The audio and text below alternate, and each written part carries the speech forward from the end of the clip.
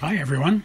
I'm excited to be here today to talk to you about some of the miracle stories that are happening right here in our own city, in our own state, every day. My name is Tony Kausha, and the title of our show is Tony's 50,000 Coincidence Miracles. Please note, this show is not about religion, and we're not trying to change anyone's religion, and we're not trying to get you to join any religion. It's just about miracle stories. I don't know of any religion on the planet that doesn't talk about miracles. That's why religions begin, because they have something that's telling them there's really a God. But we're not going to get into that. We're going to just talk about miracles and leave the decisions about all that up to you. So we don't care what religion you are. We just want to talk about miracles. If you are an atheist, I think you'll enjoy the program as well, although I can't guarantee you'll remain an atheist very long after you hear many convincing stories, coincidence kinds of stories about miracles. You can email me your own stories if you wish. We'll try to use all we can on the show. I can't guarantee we will, depending on volume and time, but you're welcome to send your stories on to us, and we will mention them when we can. You can send them to the following email address. But please notice that if we do use your story, we won't mention your name. We'll keep you anonymous. And we suggest that in your story, when you send it to us, don't use your correct name. That way anyone listening will not be able to figure out that it was you that sent the story in. The email address you can send your stories to is very easy to remember. It consists of 2 words and 3 numbers.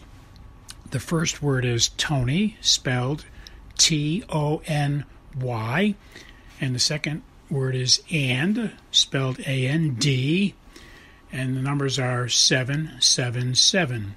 So once again, the name is Tony and 777 at AOL.com. Well, let us begin. Hello, everyone. This week, before I can tell you some miracle stories, I have to cover a thing called fleecing. It's something that happens in the Bible. The great saints in history in the Bible, when they were inspired by God to do things, sometimes they were inspired and they got ideas in their mind about God telling them to do things, but they were very concerned that they were really hearing God correctly, and so they would do a thing called fleecing. So I'd like to explain that to you. There are several cases in the Bible. In both of the books I wrote called Tony's 50,000 Coincidence Miracles, in both of those books I've explained 12 of them. I show that there are 12 good examples in the Bible about fleecing. One of the best cases is in the book of Judges, chapter 6 through 9. In the book of Judges, there's a story of General Gideon, and it's a very good story about fleecing. In the book of Judges, God inspires General Gideon to take 32,000 soldiers and attack the enemy, the Midianites, 135,000 soldiers, because they're the enemy and they've been terrifying the Jews for a long time, and so God decides to do this with Gideon. Well, Gideon and his troops started to think about 32,000 soldiers, and we're going to attack 135,000 Midianites, and the fact that the Midianites are giants, the Bible says that, they certainly were concerned. So Gideon, being very concerned about whether he was hearing God correctly, and I'm sure his troops were telling him, Gideon, you have to have your head examined. We can't do this.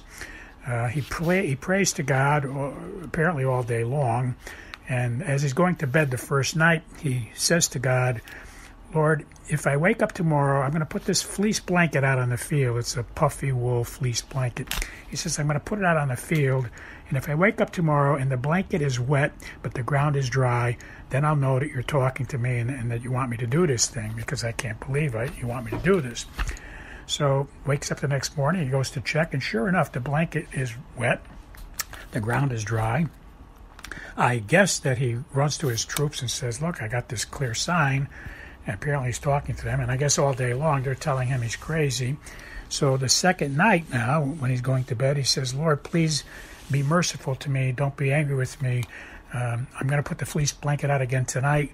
And please, Lord, if I wake up the next day, but this time, if the blanket is dry instead of wet, and the ground is wet instead of dry, then I'll know I'm hearing you correctly. So please have mercy on me, Lord, and please bless my request. And so he goes to bed. He wakes up the next day. Sure enough, he goes out. The blanket is dry, and the ground is wet. And now he's sure, and he's ready to go. And God says, nope, you can't go yet, because when people attack when people attack my people, I want the whole world to know, and I want the enemy to know, that I fight my battles for my people. So I want you to send all of your soldiers home and just keep 300 soldiers alone, and I'll tell you what to do with the 300 soldiers, and that's what I want you to do. So Gideon, that's what he does. He keeps 300 soldiers, and the story is wonderful. You can read about it in Judges chapter 6. And they win the war, they win the battle, and practically all 135,000 of the enemy dies. And again, in both of the books I wrote, this is clearly explained in many, many pages. And I'm going to give you a story of my own in a minute, but I wanted to convince you that it's possible, and there's 12 stories in the Bible that I found, and they're in the book. Okay, so another good story beside the one of Gideon is in the book of Genesis, chapter 24. In Genesis chapter 24, we see Abraham, the father of faith. He's the most famous man in the Bible, the most famous man in history for great, abundant faith. And what he does is he tells his servant, who he must be trusting implicitly, because he tells his servant, I want you to go back to my homeland where I came from. I want you to find a wife for my precious son Isaac, who I love greatly. I want you to find a wife for him and bring her back here. So he sends his servant off to do this. Now, obviously, Abraham, who's very close to God, a great friend of God, historically this great man of faith, he must have trained his servant very carefully to trust him so implicitly, but he sends him off. So here's what happens. The servant, I guess, many weeks later, he arrives at his destination, and the servant says to God, Lord, I'm going to go to the well. When the women come out every afternoon to get water, I'll be there at the well. And if a woman comes up to me and says, would you like some water? And I take the water, and then she says, would you like me to get water for your camels? If a woman comes up and says those two things to me, I will know that that's the woman. So this is clearly another fleece, like a fleece blanket, right? He's telling God that if a woman does these things, that he'll know that's the woman. Well, sure enough, Rebecca, very famous Rebecca, she comes out and she does exactly what he said. She offers him water. She offers to water the camels. He tells her why he's there, and then he goes with her to her father, and her father approves, and she goes back with him to Abraham, and she does marry Isaac, and then history is replete with the beautiful story of Isaac and Rebecca. Okay, so at this point now I can tell you my story about fleecing. My story begins with the fact that I had to make an important decision, and when I was praying about what to do, steadily I kept praying about what to do, and I kept coming up with favorable things to do for myself.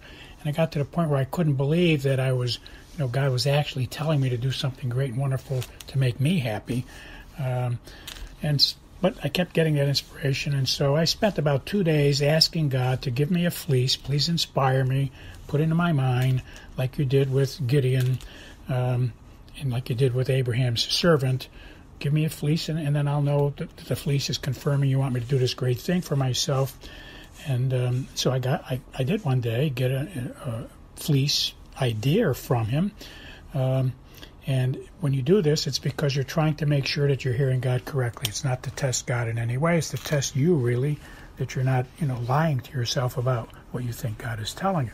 So what I got inspired to do was to look for the number 888, and I would see the number 888 4 times in the next day. By 6 p.m. the next day, I would see the number 888. So I woke up the next morning, and I felt peace about this. By the way, when you're fleecing, if you don't feel peace, then don't do it. If you're fleecing and you feel peace and confidence that, God is inspiring you to do it, then you can do it. And if you still have doubts, you can do another fleece after that. You can do 16 fleeces if you have to, until you're positive God is really telling you to do something. So I woke up the next day. I went shopping right away. I had to get some groceries, and it was early in the morning, about 9 a.m. And when I got to the light bulb counter, I needed to get a light bulb, so I took one, and as I was walking away, I got inspired to stop and get two. And I started debating with God. I said, I only need one light bulb. I wasn't thinking about seeing 3/8 at the time. I was just thinking about why buy two, I only need one. But he convinced me, inspired me, get two. I said, all right, I guess he must know things I don't know. Maybe another light bulb blew out at home. So I got two. I got to the checkout counter, and let's say the bill added up to $68.88. So it ended in the number 8.88, right? $68.88. So that was the first time I saw 3/8. I was delighted. 9 o'clock in the morning. And then when I drove off from the store with the groceries to take them home, I got to the first traffic light. The traffic was all stopped. I pulled up in the back of the car in front of me, and I noticed the car in front of me, it had a license plate number 888. So that was my second now. I saw the total cost at the store had 3/8. The car at the red light had 3/8. There was two. Well, for the rest of the day, now this was about 10 a.m., and for the rest of the day, I saw no more 8s. I looked wherever I could look. I kept trying to find things to look at, but nope, I didn't see any 3/8s in a row. And I promised someone I would visit them at the hospital at 6 p.m. that day, and I had to drive off about, I think, 35 or 40 miles to the hospital. And I got there at about 5:45 that night. And by the way, I was driving down a highway for 35 or 40 miles. There was a lot of cars going by, so I kept looking for license plates, but nope, I didn't see any 3/8s anymore the rest of the day. And now I'm sitting in this dark, gloomy garage, parked the car, I have to go into the hospital, and it was raining. And I'm frustrated because, gee, I really thought I was going to see these things, and now I'm feeling like, well, boy, I really was off base, and good thing I did this because I was trying to gratify myself with something that God didn't want me to do. So I was getting a little frustrated and annoyed with myself, and it was 5:45, and I thought, gee, it's not going to happen. I mean, I have to walk from here to the hospital at least 8 minutes to 6 to be there on time. So I said it's not going to happen. But I looked down and I saw the mileage on the car I had borrowed for the day. I was driving a loaner because my car was in the repair shop, and the loaner they gave me had a certain number of miles on it. And by the way, I had just put on 40 miles by going to the hospital with this car. And lo and behold, I saw the miles on the dashboard, and they were like 300,000, and then it said 888. So 300,888. So there was my third 3/8. But I said, gee, it's getting close to 6. I doubt I'm going to see one more. I need one more. And I waited as long as I could. And it was time I had to leave if I was going to be inside by 6. So I got out of the car, put my foot on the ground. And as soon as I did that, my cell phone went off. And I looked at the cell phone. It was a text from one of my clients. He typically sends me his sales numbers every couple of days. So I opened the text, and sure enough, it had hundreds of thousands of dollars total cumulative sales, and the last 3 digits in the number was 888. And so my fleece was answered. I was confident, and now I could do something great for myself. Now, I really hope that this story really helps you. All this whole story about coincidence miracles and Gideon fleecing and Abraham fleecing and me fleecing, that it helps you in your life to ask God what to do. And when you're in doubt and you're not sure it's really Him, ask Him to give you a fleece of some sort. If you have peace, then do it. If you still don't have peace, do another fleece. Keep doing fleeces until you feel peaceful and positive. And remember, ideas are Him talking to you, and inspirations are Him talking to you. The word inspiration is 2 words, inflow of the Spirit, inspiration. So when you get an inspiration, it means there's an inflow of the Spirit coming into you. When you get an idea, it's Deo, the Latin word for God, inspired. Deo coming into your mind. That's what the word idea means. Please do email us and send us your miracles, and we'll air your miracles when we can, and we'll let you know when we are doing so. We will send you an email to that effect. And I'd like to remind everybody again, we are not a religion. We're not trying to change your religion or make you join any religion. We're just trying to have everybody on the planet talk to God, ask God what to do during the day, try to do His will. And the reason we try to do this is because we know, I've been doing this for 50 years and teaching Sunday school for 45 years. We know that if you ask God questions, He does answer you, but you have to ask God questions in order to get answers. God bless you all. Talk to you next week.